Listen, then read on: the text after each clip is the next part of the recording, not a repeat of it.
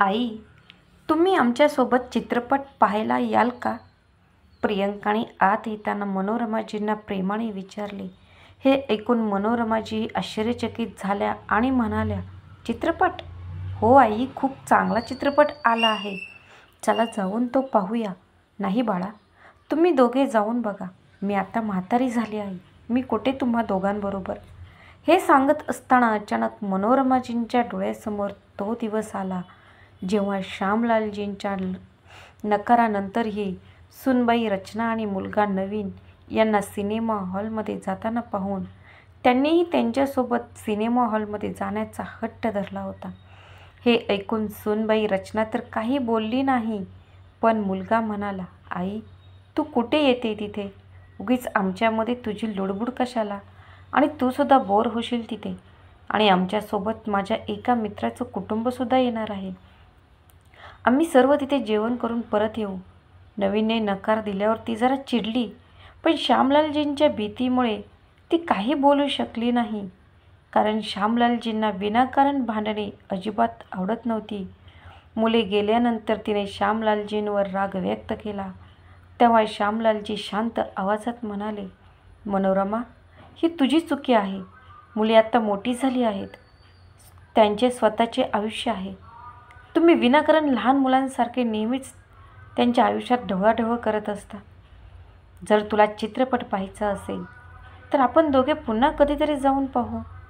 श्यामलालजींचे म्हणणे ऐकून ती शांत झाली, पण मित्रासाठी तिच्या मुलाने तिला नाकारल्याचा त्रास तिला पुन्हा टोचत होता आणि वेदनाही देत होता. आता तिला हे समजले होते की श्यामलालजी खरे बोलत आहेत. कालपर्यंत बोटांना स्पर्श करून चालणारी मुले आता खरोखरच मोठी झाली आहेत. पण का माहीत, मनोरमाजीमध्ये लहान मुलांसारखी हट्ट करण्याची सवय का होऊ लागली होती. त्यांच्या सासूबाई अनेकदा म्हणायच्या की मुले आणि म्हातारी लोक एकसारखेच असतात, पण जेव्हा त्या त्यांची खिल्ली उडवायच्या, पण आता त्या स्वतःही कळत न कळत ती स्वतःही त्यांच्यासारखं वागू लागल्या होत्या. हा तोच नवीन होता ज्याला लहानपणी काही खरेदी करायचे किंवा कुठेतरी जायचे असेल तर तो स्वतः सांगण्याऐवजी त्याच्या वडिलांकडून शिफारस घेत असे. खरंच काळासोबत सगळं किती बदलत असतं. आता त्याला त्याच्या आईचा सहवासही आवडत नव्हता, कारण त्याच्या दृष्टीने ती आता जुन्या पद्धतीची झाली आहे. तिला आधुनिक समाजातील पद्धती समजत नाहीत. एक काळ होता जेव्हा ती त्याच्या काळात तिच्या करत असलेल्या पार्ट्याची राणी असायची. लोक तिच्या उत्साहाने प्रभावित व्हायचे. आई कोणत्या विचारात हरवल्या आहेत? प्लीज चला ना, जाऊया. परिणीता शरदचंद्राच्या कादंबरीवर आधारित एक चांगला चित्रपट आहे. तुम्हाला तो नक्कीच आवडेल, अशी विनंती प्रियंकाने केली. मग प्रियंकाचा आवाज ऐकून मनोरमाजी भूतकाळातून वर्तमानात परतल्या. शरदचंद्र त्यांचे आवडते लेखक होते. त्यांची कादंबरीही वाचली होती. तरीही प्रियंकाच्या आग्रहास्तव ती पुन्हा चित्रपट पाहण्याचा मोह आवरू शकली नाही आणि तिची विनंती मान्य केली. त्यांची संमती मिळाल्यानंतर प्रियंकाने त्यांना तयार होण्यास सांगितले आणि ती स्वतः तयार होण्यासाठी गेली. श्यामलालजी त्यांच्या जवळच्या मित्राच्या मुलाच्या लग्नाला गेले होते. त्यांनाही त्याच्यासोबत जायचे होते, पण त्याचवेळी त्याच्या मैत्रिणीच्या मुलीचे लग्न इथेच होते. म्हणून श्यामलालजी म्हणाले की मी तिथे जाईन आणि तुम्ही इथे जावा. किमान कोणालाही तक्रार करण्याची संधी मिळणार नाही. नाहीतर त्यांनी आपल्या मुलांच्या लग्नाला येऊन त्यांनी आपला मान राखला होता. म्हणून दोन्ही ठिकाणी जाणे महत्त्वाचे होते. श्यामलालजी नसताना तिला एकटीला कंटाळा येत असे. मग त्या टीव्हीवर निरुपयोगी मालिका पाहून वेळ वाया घालवायची. पण आता या वयात वेळ घालवण्यासाठी माणूस करणार तरी काय? म्हणून इच्छा नसताना ती टीव्ही पाहणे ही त्यांची मजबुरी बनली आहे. किंवा असेही म्हणू शकता की मनोरंजनाचे हे एकमेव स्वस्त आणि सहज उपलब्ध असणारं साधन एवढंच राहिलं आहे. म्हणूनच प्रियंकाने मनोरमाजींना केलेल्या विनंतीने तिला दिलासा मिळाला आणि थोड्याशा नकारानंतर तिने ते स्वीकारले. नाहीतर त्यांचे आयुष्य थांबले होते आणि 2 मुले असूनही ते एकाकी जीवन जगत होते. एक मुलगा नवीन परदेशात होता आणि दुसरा मुलगा मुंबईत राहत होता. ते दोनदा परदेशात गेले होते आणि नवीन आणि रचनासोबत राहिले होते, पण त्यांना तिथल्या धावपळीच्या जीवनाची आवड नव्हती. आता विदेश तर विसरूनच जा, कारण आता मुंबई आणि दिल्लीसारख्या महानगरांमध्येही अशीच परिस्थिती आहे. तिथेही दिवसभर एकटेच राहावे लागत होते. आजकाल तर जोपर्यंत पती पत्नी दोघेही कमवत नाहीत तोपर्यंत काहीच काम होत नाही आणि स्वतःच्या मुलांना आईच्या देखरेखीखाली किंवा पाळणा घरात सोडावे लागते. एक काळ होता जेव्हा पालक आपल्या मुलांसाठी आपले संपूर्ण आयुष्य अर्पण करायचे, पण आजकालच्या तरुणांसाठी करिअर ही सर्वात महत्त्वाची गोष्ट आहे. आईवडिलांचे तर विसरून जावा. कधीकधी असे वाटते की आजची पिढी त्यांच्या मुलांची काहीच काळजी घेत नाही. पैशाने तर ते त्यांच्या मुलांना पूर्ण जग विकत घेऊन देतील, पण त्यांच्यासोबत बसून प्रेमाचे 2 शब्द बोलण्यासाठी त्यांच्याकडे वेळ नसतो. जेव्हा श्यामलालजी आणि मनोरमाजी यांचं त्यांच्या मुलांकडे मन नाही लागले, तेव्हा माघारी त्यांच्या घरी ते परतले. जेव्हा श्यामलालजींनी हे घर बांधण्यासाठी कर्ज घेतले होते, तेव्हा मनोरमाजींनी विरोध केला होता आणि म्हटले होते की तुम्ही पैसे का वाया घालवत आहात?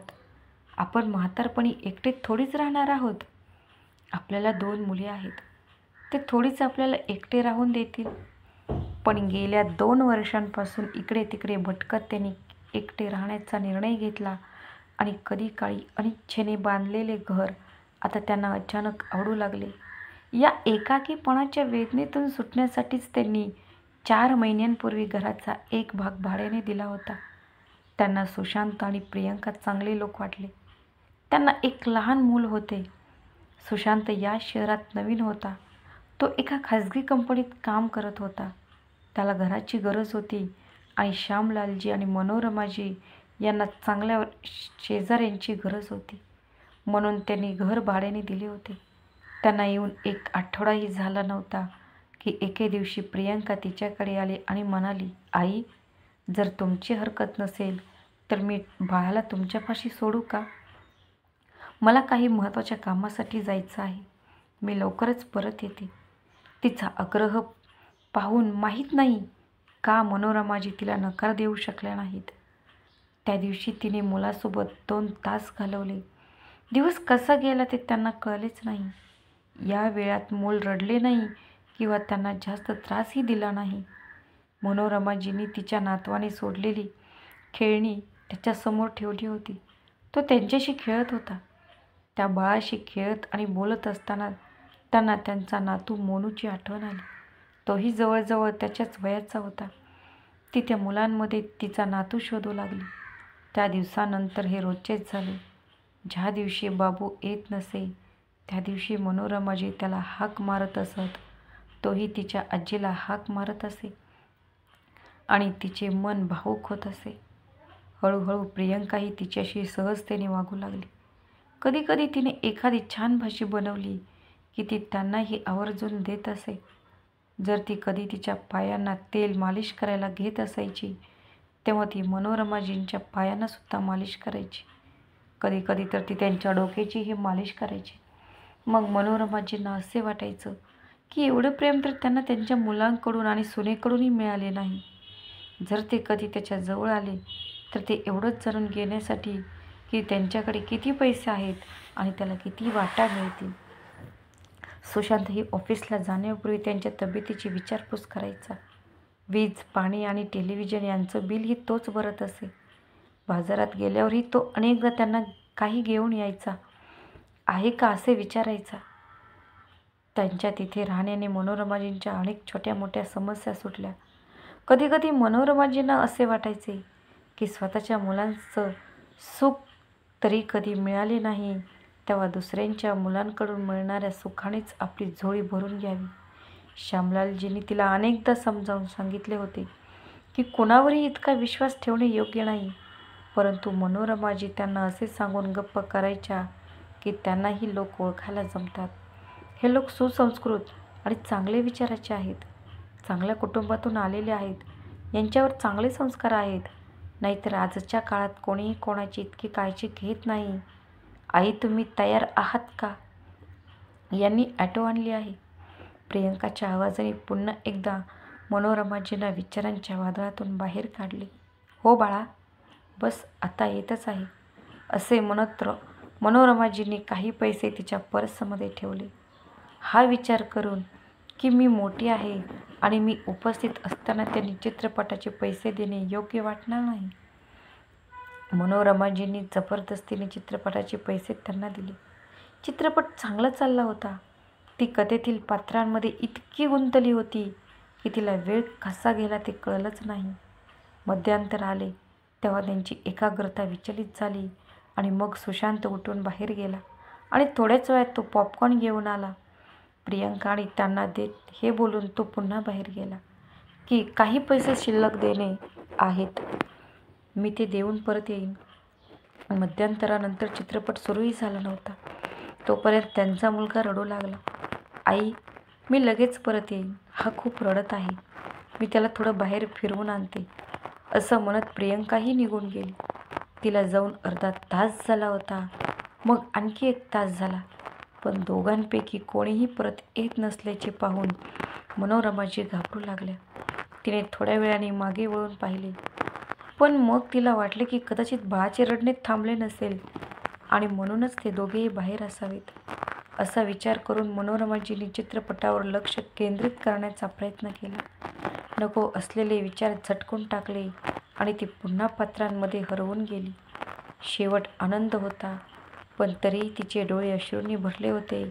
तिने डोळे पुसले आणि इकडे तिकडे पाहू लागली आणि यावेळीही सुशांत आणि प्रियंका न सापडल्याने ती स्वतःहून उठली. बराच काळ मनोरमाजी एकट्या घराबाहेर पडल्या नव्हत्या, म्हणूनच तिला भीती वाटत होती.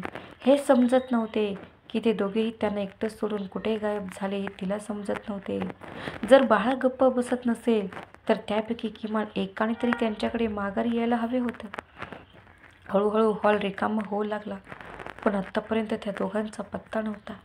त्यामुळे मनोरमाजी चिंताग्रस्त मनाने एकट्याच बाहेर पडल्या आणि अनोळखी चेहऱ्यांमध्ये त्या दोघांना शोधू लागली.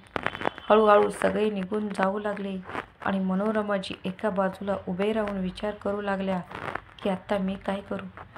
मी त्यांची वाट पाहावी की ॲटो करून घरी जावे? आई, तुम्ही इथे कोणाची वाट पाहत आहात का? तिला एकटी उभी असलेली पाहून चौकीदाराने विचारले. बाळा, ज्यांच्यासोबत मी आली होती ते लोक कुठे भेटेना झालेत. तुमचा मुलगा आणि सून होते का? चौकीदार म्हणाले. ती हो म्हणाली, कारण तिला दुसरे काही बोलून प्रकरण गुंतागुंतीचे करायचे नव्हते. आजकाल सगळे असेच झालेत, आपल्या वयस्कर आईवडिलांची काळजी थोडीही करत नाहीत, चौकीदार हळू आवाजात बडबडला. हे ऐकून मनोरमाजी लाजेने पाणी पाणी झाल्या, पण दुसरा काही पर्याय न पाहता तिने त्यांची सहानुभूती घेतली आणि धाडस केले आणि म्हणाली, बाळा, तू माझ्यावर एक उपकार करशील का? चौकीदार म्हणाला, हो सांगा आई. बाळा, मला ॲटो रिक्षात बसवून देशील का? मग त्यांनी मनोरमाजींचा हात धरून त्यांना रस्ता ओलांडून दिला आणि ॲटोमध्ये बसवले. घरी पोहोचल्यानंतर मनोरमाजी ॲटोमधून खाली उतरल्या आणि दरवाजाचे कुलूप उघडण्यासाठी हात पुढे करताच दरवाजा उघडा पाहून त्यांना आश्चर्य वाटले. ती घाईघाईने आत गेली आणि पाहिले की कपाट उघडे होते आणि सर्व सामान इकडे तिकडे पडले होते. लाखो रुपयांचे दागिने आणि रोख रक्कम गायब होती. हे सर्व पाहून तिला मोठ्याने ओरडून रडू वाटत होते, पण रडून काय साध्य होणार होते? मनोरमाजींना सुरुवातीपासूनच दागिन्यांची आवड होती. जेव्हा जेव्हा त्यांच्याकडे काही पैशांची बचत होत असे तेव्हा त्यातून दागिने खरेदी करत असत. श्यामलालजी कधीकधी त्यांच्या या छंदावर हसायचे. तेव्हा ती म्हणायची की मी पैसे वाया घालवत नाही, मी काहीतरी ठोस वस्तूच खरेदी करत आहे, जी योग्य वेळी उपयोगी पडेल. पण योग्य वेळी उपयोगी पडण्याऐवजी कोणी दुसऱ्यांनीच ती वस्तू पळवून घेऊन गेला. काही दिवसांपूर्वीच तिने घराच्या खर्चातून 10,000 रुपये वाचवले होते आणि घरातील काही दुरुस्तीसाठी बाजूला ठेवले होते. काही काम झालं होतं आणि काही काम अजून बाकी होते. त्यासाठी श्यामलालजी यांनी बँकेतून 50,000 रुपये काढले होते, पण कंत्राटदार दिलेल्या तारखेला ते घेण्यासाठी आला नाही, त्यामुळे ते पैसेही कपाटात ठेवले होते. पण आता सर्व काही एकाच वेळी संपून गेलं होतं. जिथे काही काळापूर्वी ती सुशांत आणि प्रियंका यांना घेऊन काळजीत होती आणि आता त्यात ही नवीन समस्येमुळे तिला काय करावे समजत नव्हते. पण मग तिला वाटले की कदाचित मुलामुळे सुशांत आणि प्रियंका अपूर्ण चित्रपट सोडून घरी आले असतील. मग तिने त्यांना हाक मारली, पण कोणताही प्रतिसाद न मिळाल्याने मनोरमा त्या दिशेने गेली. पण तिथे त्यांचे कोणतेही सामान न सापडल्याने तिला धक्का बसला. घर रिकामे पडले होते. खोलीत फक्त तिचा बेड, एक टेबल आणि 2 खुर्च्या होत्या. आता तिला संपूर्ण चित्र अगदी स्पष्ट दिसत होते. ते दोघे किती धूर्त होते. त्यांनी संपूर्ण योजना इतक्या स्वच्छतेने आखली की कोणालाही संशय येऊ नये. त्यांनी चित्रपट पाहण्यासाठी घेऊन जाणे हा देखील योजनेचा एक भाग होता. त्यांना माहीत होते की श्यामलालजी घरी नाहीत आणि या उन्हात कूलर फॅनच्या आवाजाने परिसरातील कोणालाही काहीही ऐकू येणार नाही आणि ते त्यांचे काम आरामात करू शकतील. त्यांना पळून जाण्यासाठी वेळ मिळेल. चित्रपट पाहण्याचा आग्रह धरणे आणि मध्येच उठून निघून जाणे हे सर्व आता मनोरमाजींसमोर चित्रपटासारखे चालू होते. कुठे कसलाही गोंधळ नव्हता. त्या लोकांना कशाचीही कसलीही भीती नव्हती. आश्चर्याची गोष्ट म्हणजे इतके दिवस एकत्र राहूनही पण त्यांना त्या दोघांवर कधीच संशय आला नाही. कसे तरी तिने स्वतःला नियंत्रित केले आणि श्यामलालजींना फोन करून फोनवर सर्व काही सांगितले आणि ती खूप रडू लागली. तिला रडताना पाहून श्यामलालजी तिला सांत्वन केले आणि शेजारच्या शर्माजींच्या घरी जाऊन मदत मागण्यास सांगितले. ती राधिकांजीकडे गेली, जी अस्वस्थ अवस्थेत शेजारी राहत होती. त्यांनी राधिकाजींना संपूर्ण परिस्थितीची माहिती दिली. तेव्हा त्या म्हणाल्या की काही आवाज तर येत होता, पण मला वाटले की कदाचित तुमच्या घरात काही दुरुस्तीचे काम सुरू आहे, म्हणून मी जास्त लक्ष दिले नाही. आता जे घडले ते घडले. शर्मा साहेब म्हणाले, अस्वस्थ होऊन किंवा काळजी करून काही उपयोग होणार नाही. तसे तर चोरीचा माल कधी सापडत नाही, परंतु प्रयत्न करण्यात काही गैर नाही. चला FIR नोंदवूया. शर्माजींनी त्यांच्या ड्रायव्हरला फोन केला आणि मनोरमाजींचे म्हणणे ऐकून त्यांना पोलीस स्टेशनला गेले. पोलीस निरीक्षक म्हणाले की आम्ही खूप दिवसांपासून त्या जोडप्याचा शोध घेत होतो. काही दिवसांपूर्वी आम्ही त्यांच्याबद्दल वर्तमानपत्रात प्रकाशित केले होते आणि लोकांना सावधगिरी बाळगण्यास सांगितले होते, पण कदाचित तुम्ही या बातमीकडे लक्ष दिले नाही. या जोडप्याने अनेक ठिकाणी असे गुन्हे केले आहेत, पण कोणीही दिलेले वर्णन त्यांच्याशी जुळत नाही. कदाचित ते वेगवेगळ्या ठिकाणी वेगवेगळ्या नावांनी राहतात. तुम्ही त्यांचे वर्णन सांगू शकाल का? ते कधीपासून तुमच्यासोबत राहत होते? तुम्हाला दोघांबद्दल काय माहिती आहे? मनोरमाजींना जे काही माहीत होते ते त्यांनी सर्व माहिती दिली. ते ज्या कार्यालयात काम करत होते त्या कार्यालयाची चौकशी केली असता असे आढळून आले की त्या नावाचा कोणीही व्यक्ती तिथे काम करत नव्हता. त्यांनी दिलेल्या माहितीच्या आधारे त्यांनी बस स्टँड आणि रेल्वे स्टेशनवर त्यांची माणसे पाठवली. पोलिसांनी त्यांच्या घरात जाऊन तपास केला, पण काहीच सुगावा लागला नाही. त्यांच्या बोटांचे ठसेही कुठे सापडले नाहीत. दोघेही धृत चोर असल्याचे दिसते. इन्स्पेक्टर म्हणाले, आम्ही तुमच्यासारख्या नागरिकांना अनेकदा विनंती करतो की नोकर आणि भाडेकरू ठेवताना अत्यंत सावधगिरी बाळगा. त्यांच्याबद्दल संपूर्ण माहिती ठेवा. उदाहरणार्थ, ते कुठे काम करतात, त्यांचा कायमचा पत्ता, फोटो इत्यादी. पण तुम्हाला ते अजिबात समजत नाही. निरीक्षक थोडा वेळ थांबले आणि मग म्हणाले, तुमच्याकडे काही पुरावा आहे का की तो तुमचा भाडेकरू होता? कोणताही पुरावा नाही. आयकरातील गुंतागुंत टाळण्यासाठी आम्ही स्वतःला त्या गुन्हेगारांच्या स्वाधीन केले.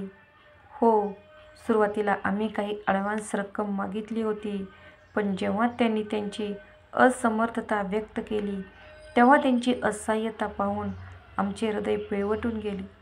खरं तर आम्हाला पैशांपेक्षा माणसांची जास्त गरज होती.